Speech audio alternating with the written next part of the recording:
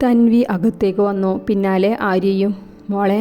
സാവിത്രി തൻവിയെ കണ്ടതും എഴുന്നേറ്റ് അവളുടെ അടുത്തേക്ക് വന്നു. മോൾ ക്ഷമിക്കണം ഞങ്ങളോടെല്ലാം. ചന്ദ്രൻ, നിങ്ങൾ പോകൂ. ഇനി അതിനെക്കുറിച്ച് കൂടുതൽ സംസാരിക്കാൻ ഞങ്ങൾക്ക് താല്പര്യമില്ല, രവി കടുപ്പത്തിൽ തന്നെ പറഞ്ഞു. ആര്യൻ എങ്ങനെ പറയും, എവിടെ നിന്ന് തുടങ്ങും എന്നറിയാതെ കൈ തിരുമ്മിക്കൊണ്ട് ഇരിക്കുന്നുണ്ട്. തൻവി ഇടയ്ക്കിടയ്ക്ക് ഇടം കണ്ണിട്ട് അവനെ നോക്കുന്നുമുണ്ട്. നിങ്ങൾക്കെല്ലാം സമ്മതമാണെങ്കിൽ തൻവിയെ ഞാൻ വിവാഹം കഴിക്കാൻ തയ്യാറാണ്. രവിയുടെ സംസാര ശൈലി മാറി തുടങ്ങിയതും ആര്യ പെട്ടെന്ന് പറഞ്ഞു. എല്ലാവരും ഞെട്ടലോടെ അവനെ നോക്കി. തൻവിക്ക് എതിർപ്പില്ലെങ്കിൽ എനിക്ക് വിവാഹത്തിന് സമ്മതമാണ്. ഇനി നിങ്ങൾ തീരുമാനിക്കൂ. ആര്യ അതും പറഞ്ഞ് വേഗത്തിൽ എഴുന്നേറ്റുപോയി. അമ്മ, എന്തേ? അവർ എന്തെങ്കിലും പറഞ്ഞോ? ചാടിത്തുള്ളി വരുന്ന സാവിത്രിയെ കണ്ട് ആരതി ചോദിച്ചുകൊണ്ട് അവരുടെ അടുത്തേക്ക് വന്നിരുന്നു. അച്ഛനും മോനും എന്നോടൊരു അഭിപ്രായം ചോദിക്കാതെ കല്യാണം ഉറപ്പിച്ചിരിക്കുന്നു. കല്യാണം ഉറപ്പിക്കേ? ആരുടെ അമ്മ? ആര്യ തൻവിയെ വിവാഹം കഴിക്കാമെന്ന് അങ്ങേർ അതിന് സമ്മതിക്കുകയും നൽകി. ആര്യന് സ്വന്തം കാര്യത്തിൽ നിന്നും മറ്റുള്ളവരുടെ സഹായം വേണം. അപ്പോഴാ ഒരു കല്യാണം കൂടി. ഞാൻ അവൻ്റെ അമ്മയല്ലേ, എന്നോടൊന്നും അഭിപ്രായം ചോദിക്കാലെന്താ? സാവിത്രി കലി കയറി ഇരിക്കുകയാണ്. ആര്യനാണെങ്കിൽ അവൻ്റെ മുറിയിൽ വല്ലാത്ത അവസ്ഥയിലിരിക്കുകയാണ്. ആരതി അവൻ്റെ അടുത്തേക്ക് വന്നിരുന്നു. എന്താ ആര്യ, അവിടെ എന്താ ഉണ്ടായത്? അമ്മ ആകെ ദേഷ്യത്തിലാണല്ലോ. അത് ചേച്ചി, തൻവി എന്നോടൊരു സഹായം ചോദിച്ചു. എനിക്ക് പറ്റില്ല എന്ന് പറയാൻ കഴിഞ്ഞില്ല. എന്ത് ആര്യ, നീ എന്താ ഈ പറയുന്നത്? അതേ ചേച്ചി, തൻവിയാണ് എന്നോട് ചോദിച്ചത് അവളെ വിവാഹം കഴിക്കോ എന്ന്. തൻവിയോ?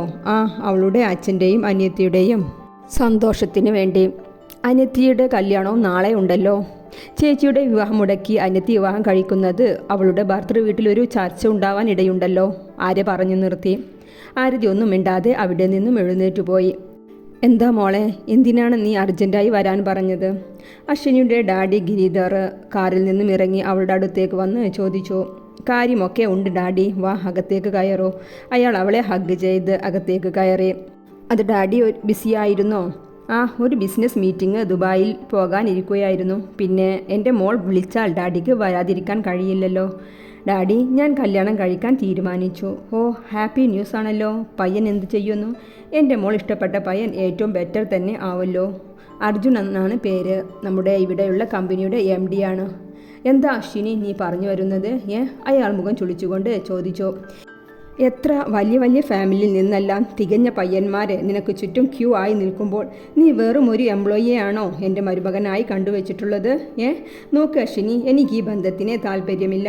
അയാളതും പറഞ്ഞ് എഴുന്നേറ്റ് പോകാൻ നിന്നതും അശ്വിനി അയാളെ പിടിച്ചു നിർത്തി. ഡാഡി, ഞാൻ ആഗ്രഹിച്ചതാണ് അവനെ. ഡാഡിക്കറിയാലോ, അശ്വിനി ആഗ്രഹിച്ചതെന്തും നേടിയിട്ടേ ഉള്ളൂ. ഇതും അതുപോലെ തന്നെ. അവൾ തീരുമാനിച്ച് ഉറപ്പിച്ച പോലെ അവിടെ നിന്നും എഴുന്നേറ്റ് പോയി. തനു, നീ ഉറങ്ങിയോ? ചോദിച്ചുകൊണ്ട് രവി അവളുടെ റൂമിലേക്ക് കയറി വന്നു.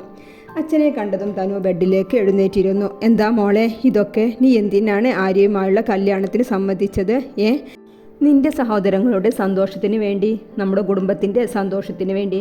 നീ നിന്റെ സന്തോഷം ഇല്ലാതാക്കുകയാണോ? ആ ആര്യ, അവനൊരു ജോലി പോലുമില്ല, കാരിയറില്ല, ഫ്യൂച്ചറിനെ കുറിച്ച് ഒരു ചിന്തയുമില്ലാത്തവനാണ് അവൻ. അവൻ നിനക്ക് ചേരുന്നതല്ല. ഇങ്ങനെയുള്ളവനെയാണോ നീ ആഗ്രഹിച്ചിരുന്നത് മോളെ?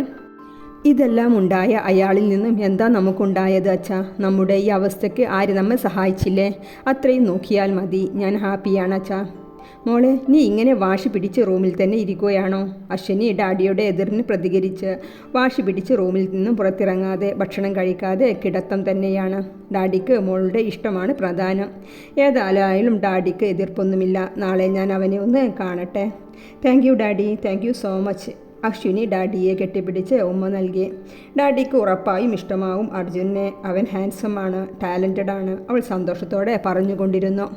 മിസ്റ്റർ അർജുൻ, ഞാൻ എൻ്റെ മോളുടെ ആഗ്രഹത്തിന് പ്രാധാന്യം നൽകുന്നത്. അവളുടെ കണ്ണു നിന്നും ഒരു തുള്ളി കണ്ണുനീർ വീഴുന്നത് എനിക്ക് സഹിക്കില്ല. സാർ, ഞാൻ ഒരു പരാതിക്കും ഇടവരുത്തില്ല. അർജുൻ ഭവ്യതയോടെ ഗിരിധറിൻ്റെ മുന്നിൽ ഇരിക്കുകയാണ്. നിങ്ങൾ രണ്ടുപേരും തീരുമാനിച്ച സ്ഥിതിക്ക് ഈ മൺഡേ നടത്താം കല്യാണം.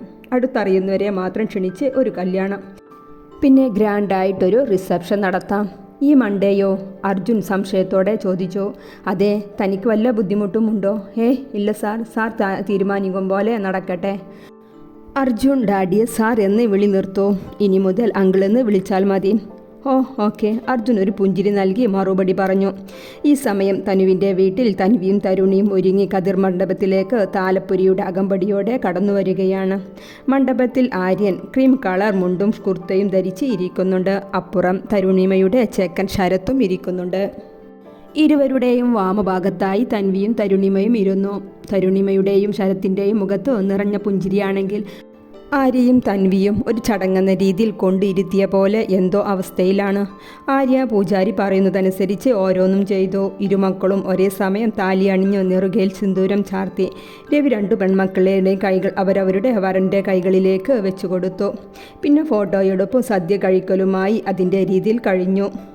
ഇരുമക്കളെയും അവരവരുടെ ഭർത്തൃ വീട്ടിലേക്ക് യാത്രയാക്കി. രവിയും ജയയും കല്യാണം കഴിഞ്ഞ് വീട്ടിലെത്തിയതും സാവിത്രി അകത്തേക്ക് പോയി. ആരതിയാണ് തൻവിയെ വിളക്ക് നൽകി അകത്തേക്ക് കയറ്റിയത്. തൻവി അത് അവിടെയാണ് പൂജാമുറി, അങ്ങോട്ട് വെച്ചോളൂ. ആരതി കാണിച്ചു കൊടുത്ത വശത്തേക്ക് തൻവി നടന്നു. കൂടെ ആര്യയുമുണ്ട്. പൂജാമുറിയിൽ വിളക്ക് വെച്ച് അവൾ കണ്ണടച്ചു നിന്നു. മനസ്സ് ശൂന്യമാണ്. അവളുടെ തൊട്ടടുത്ത് ആര്യ വന്നു നിന്ന് പ്രാർത്ഥിച്ചു. എന്താ സാവിത്രി, നീ എന്തൊക്കെയാ ഈ ചെയ്യുന്നത്? ആ കുട്ടിയെ വിളക്ക് കൊടുത്ത് അകത്തേക്ക് കയറ്റാതെ ഇവിടെ വന്നിരിക്കാനാണോ ചാടിത്തുള്ളി വണ്ടിയിൽ നിന്നും ഇറങ്ങിയത്? ദേ ചന്ദ്രേട്ട, എന്നോട് സംസാരിക്കാൻ നിൽക്കണ്ട. എൻ്റെ മോനെ ഇവിടെ നിന്ന് ഇറക്കി വിട്ടത് എന്നോട് ചോദിച്ചിട്ടല്ലോ. ആര്യയ്ക്ക് വിവാഹം ഉറപ്പിക്കുമ്പോൾ എന്നോട് ചോദിച്ചോ? ഇല്ലല്ലോ. അതുകൊണ്ട് ഇനിയുള്ള ചടങ്ങുകൾ നിങ്ങൾ അങ്ങ് ചെയ്താൽ മതി. എന്നെ നോക്കണ്ട. അവർ സാരി വലിച്ചോരി ഒരു നൈറ്റ് എടുത്തിട്ട് ബെഡിലേക്ക് കയറി കിടന്നു. തൻവി, നീ ഇവിടെ ഇരിക്ക്, ഞാൻ അമ്മയെ വിളിച്ചിട്ട് വരാം ചടങ്ങുകൾ ചെയ്യാൻ, ആരതി പറഞ്ഞുകൊണ്ട് അമ്മയുടെ റൂമിലേക്ക് കയറി ചെന്നു. ആരതി, എന്നെ ദേഷ്യം പിടിപ്പിക്കാതെ പോകാൻ നോക്ക്. റൂമിൽ നിന്നും ഉയർന്നു കേൾക്കുന്ന സാവിത്രിയുടെ ശബ്ദം. തൻവി ഒരു ഞെട്ടലോടെയാണ് അതെല്ലാം കേട്ടിരുന്നത്. തൻവി, അമ്മക്ക് സുഖമില്ല, BP കുറഞ്ഞതാണെന്ന് തോന്നുന്നു. നമുക്ക് ഈ ഡ്രസ്സൊക്കെ മാറ്റി വന്നാലോ? ആരതി മുഖത്ത് പുഞ്ചിരി അണിഞ്ഞ് അവളോട് ചോദിച്ചു. തൻവി ഒന്നും കേൾക്കാത്ത പോലെ പുഞ്ചിരിയോടെ തലയാട്ടി കാണിച്ചു. തൻവിയെയും കൊണ്ട് ആരതി ആര്യയുടെ റൂമിലേക്ക് കയറി. അലങ്കോലമായി കിടക്കുന്ന സാധനങ്ങളെല്ലാം അവൾ വേഗം ഒതുക്കി വെക്കാൻ ശ്രമിക്കുകയാണ്. തൻവി, വാ, ഇവിടെ ഇരിക്ക്, ഞാൻ ഇതെല്ലാം അഴിച്ചു തരാം. തൻവിയെ ബെഡിലേക്ക് ഇരുത്തി ആരതി അവളുടെ സ്വർണവും തലയിലുള്ള പൂവുമെല്ലാം അഴിച്ചു കൊടുത്തു. തൻവിക്കായി വാങ്ങിവെച്ച ഡ്രസ്സിൽ നിന്നും കുർത്തയും പ്ലാസോ പാൻറ്റും എടുത്തു കൊടുത്തു ആരതി. അവിടെയാണ് ബാത്റൂം, നീ ഫ്രഷായി വാ. ആരതി അവളെ ബാത്റൂമിലേക്ക് കയറ്റി റൂമിൽ നിന്നും പുറത്തേക്ക് ഇറങ്ങി. തൻവി ബാത്റൂമിലൂടെ കണ്ണാടിയിലേക്ക് തന്നെ നോക്കി നിന്നു. അവളോട് തന്നെ അവൾക്ക് പുച്ഛം തോന്നിപ്പോയി. പിന്നെ ഒന്നും ചിന്തിക്കാതെ കുളിച്ച് പുറത്തേക്ക് ഇറങ്ങി. തൻവി ആര്യയുടെ റൂമൊന്ന് കണ്ണോടിച്ചു നോക്കി. ടേബിളിരിക്കുന്ന ജഗ്ഗിൽ നിന്നും വെള്ളം കുടിക്കാനായി ഗ്ലാസ്സിലേക്ക് ഒഴിച്ചു നോക്കി. പക്ഷേ അതിലൊരു തുള്ളി വെള്ളവുമില്ലായിരുന്നു. അവൾ എന്തു ചെയ്യണം എന്നറിയാതെ അവിടെ സോഫയിലേക്ക് ഇരുന്നു. റൂമിൻ്റെ പുറത്തേക്ക് ഇറങ്ങണോ അതോ ഇവിടെ നിന്നാൽ മതിയോ എന്നൊരു ശങ്കയുണ്ട് അവൾക്ക്. ഈ സമയമാണ് ആര്യ അകത്തേക്ക് വരുന്നത്. അവളെ ഒന്ന് നോക്കി അവൻ ബാത്റൂമിലേക്ക് കയറി. ഫ്രഷായി ഇറങ്ങിയതും അവൻ കയ്യിലുള്ള ബാത്ത് ടവൽ ബെഡിലേക്ക് എറിഞ്ഞു. തൻവി, നീ പറഞ്ഞ പോലെ കല്യാണം ഞാൻ കഴിച്ചു. ഇനി അടുത്ത പ്ലാൻ എന്താ? ആര്യ, എനിക്ക് നന്നായി ദാഹിക്കുന്നുണ്ട്. അവൻ ചോദിച്ചതിന് മറുപടി പറയാതെ ജഗ്ഗ് കമഴ്ത്തി കാണിച്ചു. അവൻ അവളെ ഒന്ന് നോക്കി ജഗ്ഗ് എടുത്ത് റൂമിൽ നിന്ന് പോകാൻ നിന്നതും, എനിക്ക് കഴിക്കാൻ എന്തെങ്കിലും എടുത്തോ? സദ്യ നന്നായി കഴിക്കാൻ കഴിഞ്ഞില്ല, നല്ല വിശപ്പും ഉണ്ട്. ആര്യ അവളെ അടിമുടി ഒന്ന് നോക്കി റൂമിന് പുറത്തേക്ക് ഇറങ്ങി. ചേച്ചി, കഴിക്കാൻ എന്താ ഉള്ളേ? അവൾക്ക് വിശക്കുന്നു എന്ന്. ഓ, ഞാൻ മറന്നുപോയി. മോൻ കരഞ്ഞതുകൊണ്ട് അവൻ്റെയും കൊണ്ട് നടന്നു. ഞാൻ കഴിക്കാനുള്ളത് എടുത്തു വെക്കാം, നീ അവളെ വിളിച്ചിട്ട് വാ. ആര്യ ജഗ്ഗിൽ വെള്ളം നിറച്ച് റൂമിലേക്ക് പോയി. തൻവി ആർത്തിയോടെ ജഗ്ഗ് വായിലേക്ക് ഒഴിച്ചു. ആര്യ ഇത് എന്ത് ജീവി എന്ന രീതിയിൽ അവളെ നോക്കി നിന്നു. കുടി കഴിഞ്ഞ് തൻവി ജഗ്ഗ് ടേബിളിലേക്ക് വെച്ച് അവനെ ഒന്ന് നോക്കി. അതെ, ഇനി ഭക്ഷണത്തിൻ്റെ ആവശ്യമുണ്ടോ? വേണം ആര്യ, നല്ല വിശപ്പുണ്ട്. വാ, ചേച്ചി എടുത്തു വെച്ചിട്ടുണ്ടാകും. ആര്യ അവളെയും കൊണ്ട് ഡൈനിങ് ടേബിളിൻ്റെ അടുത്തേക്ക് വന്നു. ചെയർ നീക്കിയിട്ട് കൊടുത്തു. തനുവി അതിലേക്കിരുന്നു. കാസറോൾ തുറന്ന് പ്ലേറ്റിലേക്ക് ഇടിയപ്പവും മുട്ട റോസ്റ്റും വിളമ്പിക്കൊടുത്തു. അപ്പുറം കസേര നീക്കി അവനും ഇരുന്ന് കഴിക്കാൻ തുടങ്ങി. തൻവി ആര്യയും ശ്രദ്ധിക്കാതെ കഴിപ്പിലായിരുന്നു ശ്രദ്ധ. ആര്യ അവളുടെ തീറ്റ നോക്കി ഇരിക്കുകയാണ്. തൻവി ഒരുവിധം വയറ് നിറഞ്ഞതും തല ഉയർത്തി നിവർന്നിരുന്നതും കാണുന്നത് തന്നെ നോക്കിയിരിക്കുന്ന ആര്യയെയാണ്. ഇന്നലെ മുതൽ ഒന്നും നന്നായി കഴിക്കാൻ പറ്റിയില്ല, തീരെ വിശപ്പില്ലായിരുന്നു. അതാ അവൾ ഒരു ചമ്മലോടെ പറഞ്ഞു. കഴിച്ചോ? ആര്യ അതും പറഞ്ഞ് അവൻ്റെ ഭക്ഷണത്തിലേക്ക് ശ്രദ്ധ കൊടുത്തു. വേണ്ട ചേച്ചി, ഇതിൻ്റെ ആവശ്യമൊന്നുമില്ല. ആരതി തൻവിയെ ആദ്യ രാത്രി റൂമിലേക്ക് കയറ്റാൻ വേണ്ടി അവളെ സാരിയും മുല്ലപ്പൂവുമെല്ലാം ചൂടാൻ നിർബന്ധിക്കുകയാണ്. തൻവി ഒരുവിധം ആരതിയെ അതിൽ നിന്നെല്ലാം തടഞ്ഞു. അവൾ ധരിച്ച ഡ്രസ്സിൽ തന്നെ ആര്യയുടെ റൂമിലേക്ക് ചെന്നു. റൂമിൽ ചെന്നപ്പോൾ കാണുന്നത് ഫാൻ കറങ്ങുന്നതും നോക്കിക്കിടക്കുന്ന ആര്യയെയാണ്. അവൾ എന്ത് ചെയ്യണമെന്നറിയാതെ ഒന്ന് അന്തിച്ചു നിന്നു. പിന്നെ ഒരു ദീർഘനിശ്വാസം വിട്ട് സ്വയം ഒന്ന് എനർജി നൽകി. അവൻ്റെ അടുത്തേക്ക് ചെന്ന് കട്ടിൽ നിന്ന് ഒരു തലയണ എടുത്ത് റൂമിൻ്റെ സൈഡിലുള്ള സോഫയിൽ കയറി കിടന്നു. ആര്യ ശബ്ദം കേട്ടൊന്ന് ഞെട്ടി സോഫയുടെ സൈഡിലേക്ക് നോക്കി. എന്നാൽ തൻവി അവൻ അവിടെ ഉണ്ടെന്ന ഒരു ചിന്തയുമില്ലാതെ തലവഴി പുതപ്പിട്ട് കിടന്നു.